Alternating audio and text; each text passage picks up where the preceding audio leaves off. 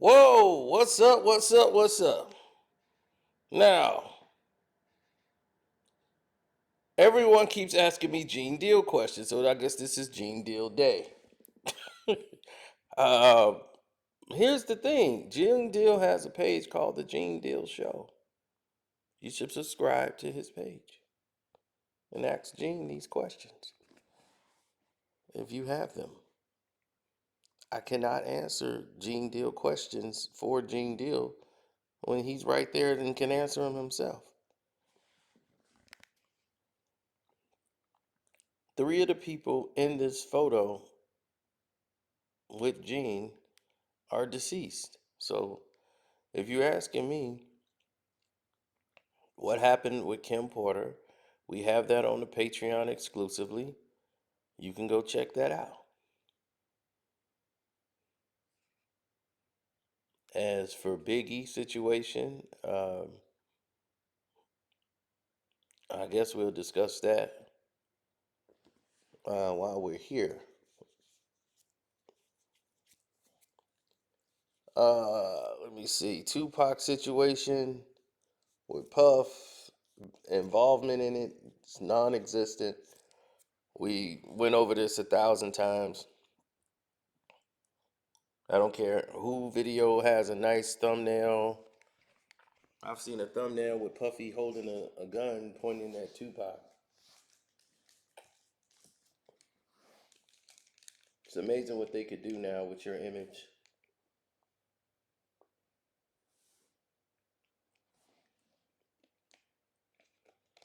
And it's all legal, I guess. But you paint a dangerous narrative that could cost someone their life.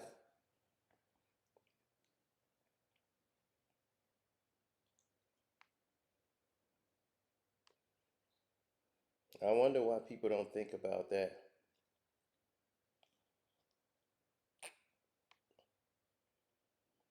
Or even take the time to process what they're doing before they do it. But let's get to the shit. Alright, motherfuckers, here we go. Y'all wanted to know what time it was. So let me tell you what time it is. My Patreon. Gene Deal is eating off this shit. And let him eat. That's what I said. Hey, look, I know what he doing. He eating. He don't like Puffy. Puffy pretty much don't give a shit about what Gene do because it don't affect what he's doing. And that's it. That's basically it. Now, let's go through the Biggie situation. Because we didn't went through the Pac shit already, right? So let's tackle the Biggie. Now, Gene is not Biggie's security. Is he bodyguard for Big? Yeah. Is he assisted? Yes. But he is Puff's security. Paul mostly like looked out the Big.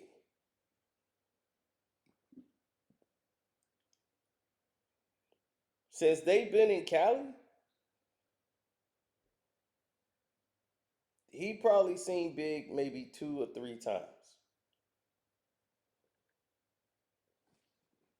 When Big and Puff are together is when he sees Big normally.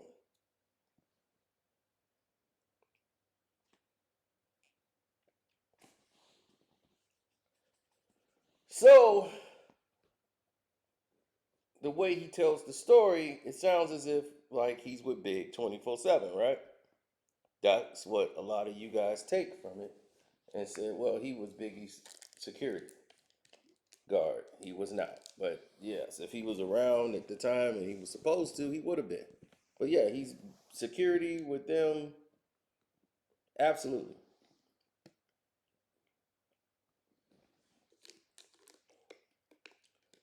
Now,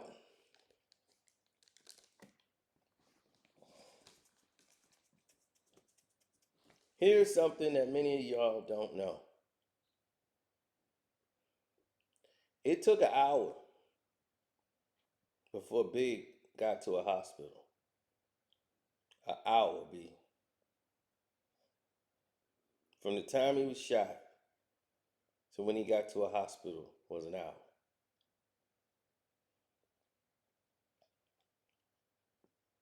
He was DOA, dead on arrival.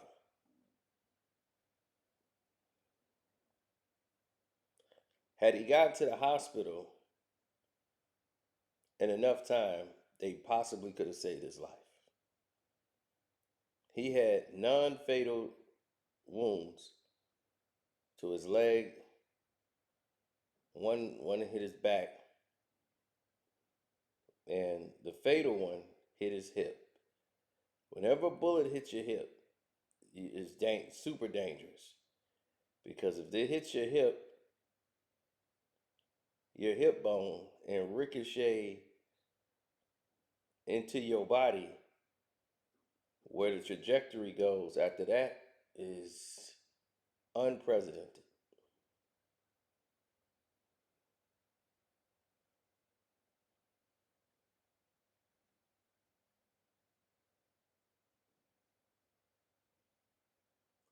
Now,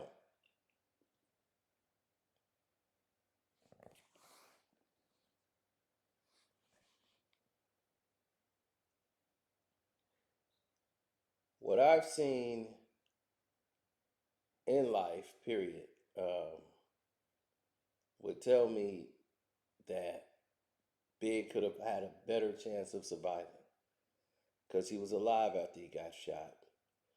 The bullet that hit his hip made a diagonally, almost a straight shot across his body, basically hitting his lung, going through his colon,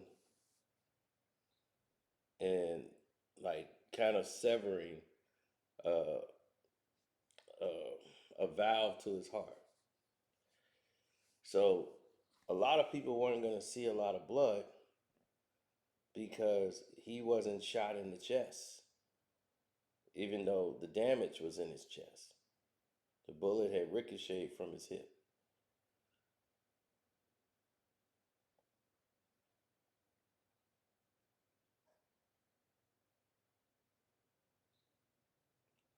And the bleeding was internal. Now, he had about a 30 to 40-minute window before all of this would complicate him and become a problem that they couldn't do anything with. I'm not saying he would have survived. He had a greater chance of survival the quicker they got him into medical care and attention.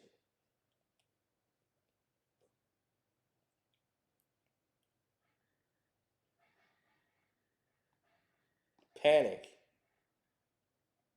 and not being able to handle the situation and people not taking threats seriously is what led to all this. Gene Deal was right about that.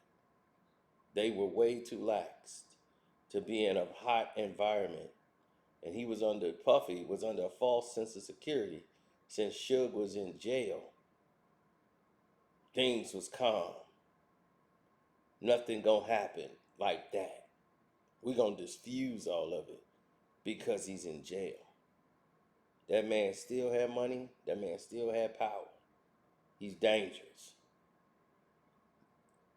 More people are even more dangerous when they in jail. 'Cause they feel they got an alibi. I'm locked up.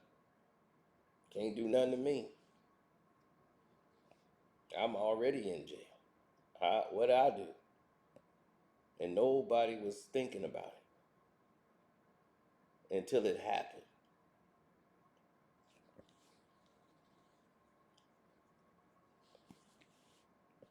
And the police is scared to investigate because some of their guys are implemented in this. So the whole department is complicit. So they don't want no parts of this.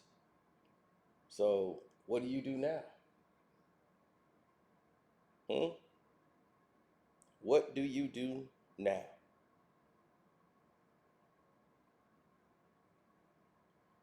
Biggie got shot. I don't know who was driving the car. Can't remember. Probably knew it might have been Tone or whoever. I don't know. Whoever was driving Biggie's car, not saying they was part of a conspiracy or a plot. Diddy paid them. Nothing crazy like that. This guy just did the wrong thing.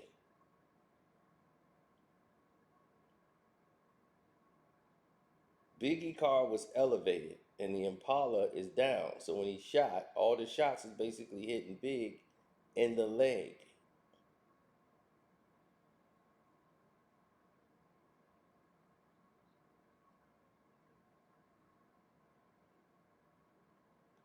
Now,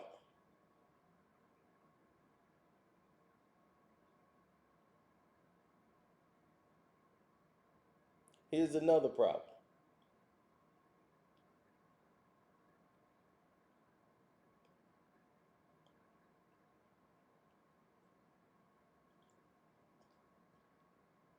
That driver put the car in park. He didn't drive off. Normally, somebody shoots just a natural reflex. Drive off.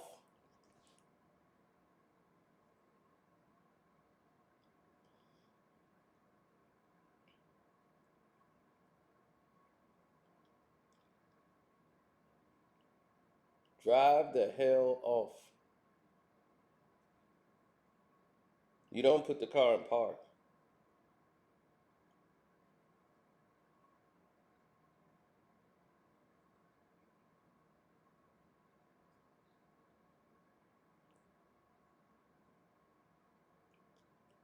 According to Gene's story, Gene says he got out. Puff jumped out. They ran back to Big's car to where Big was hit. And Puff jumped in, started talking to Big.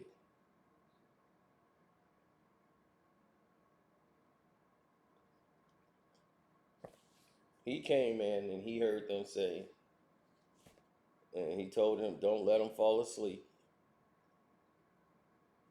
And then they jumped in the car to go try to go find the dude.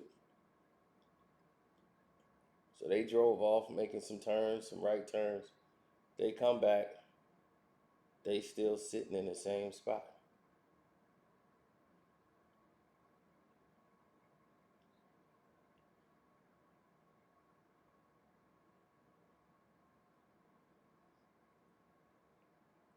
DJ Quik was on the side.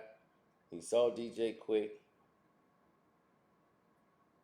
and DJ Quik was saying, I told y'all they was going to get one of them bad boy dudes. And Gene Deal said he saw DJ Quik when he said it.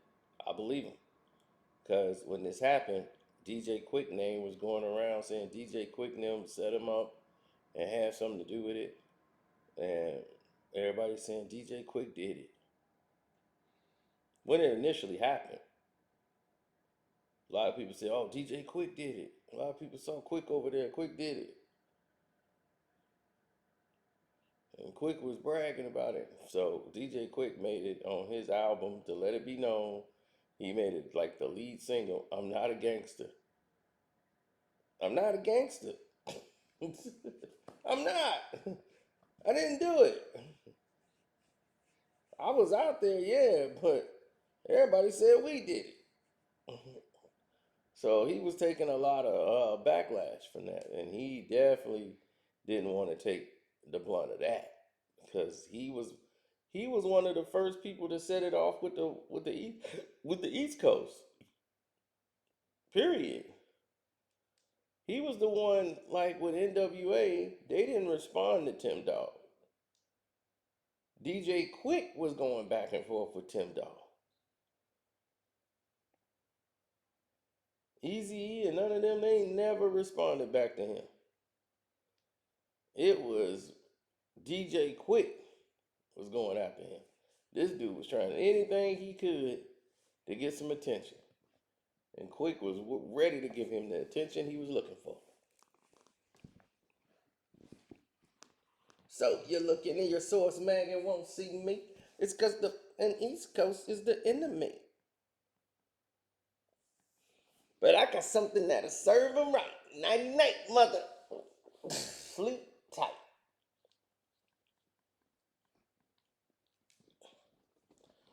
So that's how they was doing it.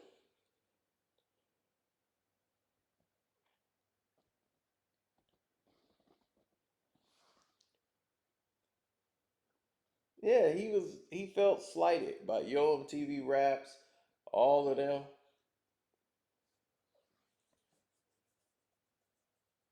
So he would diss all of them. He felt like the Source magazine was really an East Coast magazine. They weren't giving no love to the West at the time. So Quick was fighting the fight way before Pop.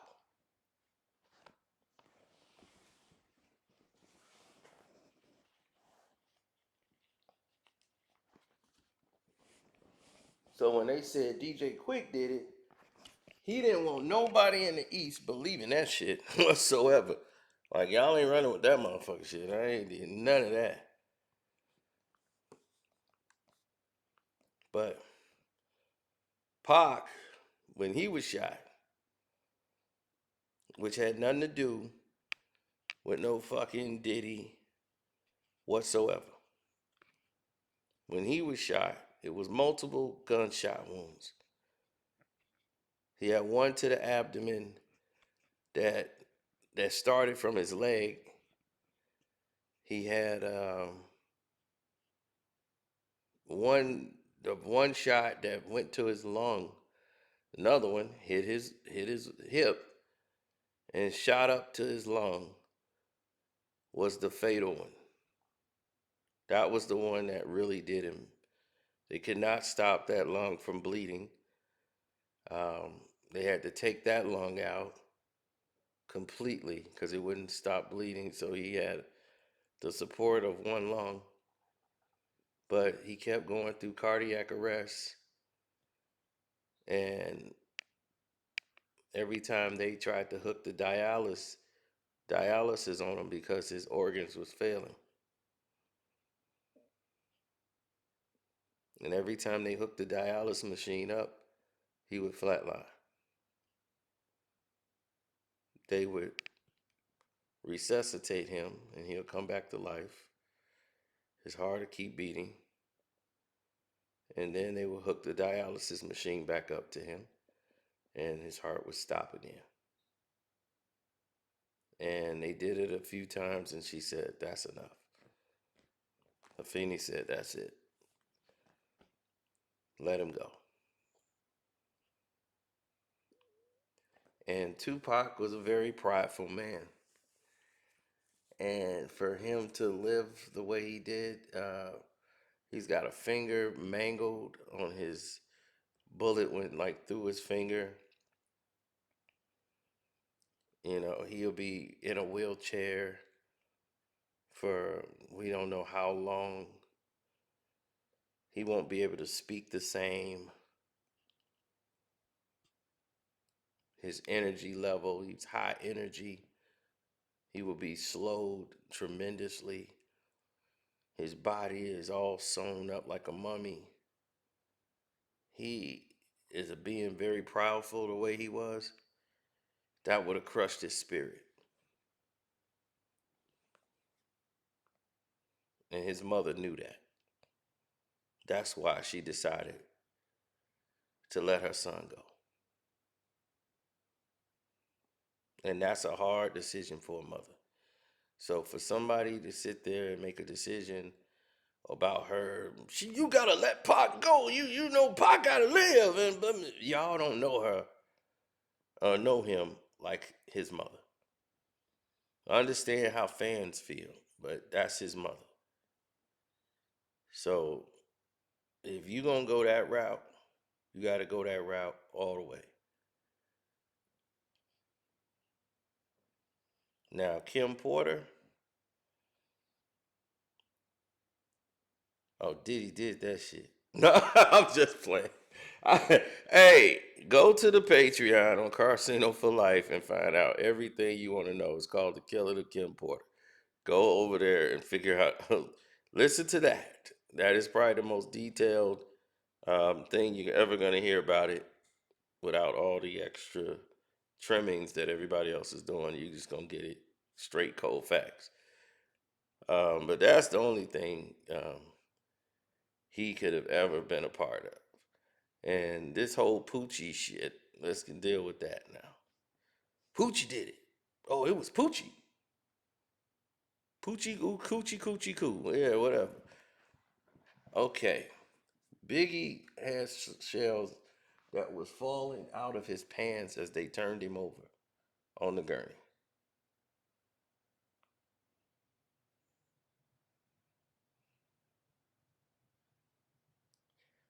Once they got these bullets, it was clear these were newer bullets. These bullets weren't really out into the major distribution yet. These were called geckos. Mostly police officers had these bullets. So a gangbanger like Poochie, they was like, oh well, he got those geckos from Mac. You know, it's just like, don't think so, buddy. The groupings of the shots will show you that they were shot by somebody who has shot a gun before, who is a professional shooter or had training. I doubt Poochie had that kind of training.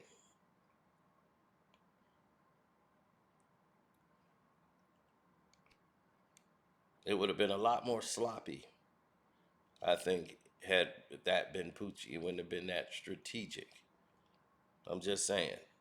I didn't know the man, but from what I know of him, he was a mob affiliated with Mob Pyru, gangbanger. And most of them are not very good with accuracy, right? We could say that. So I don't believe he's the one that did it. Now I know why others would want to say it was him and try to take all of the heat off certain people. We've already went over that by using a snitch and a liar to corroborate another story and say it was this other person, so that the snitch and liar can get out of whatever trouble that they were in that had nothing to do with the situation.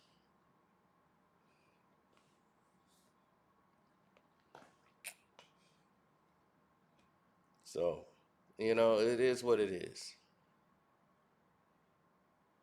Will you ever see one person convicted for that? Probably not.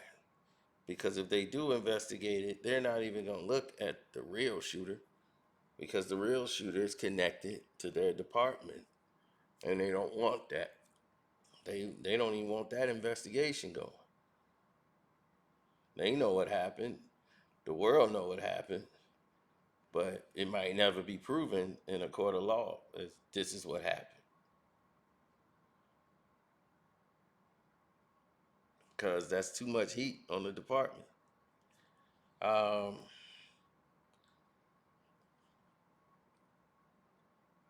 yeah, man. I mean, that's it. That's it in a nutshell. So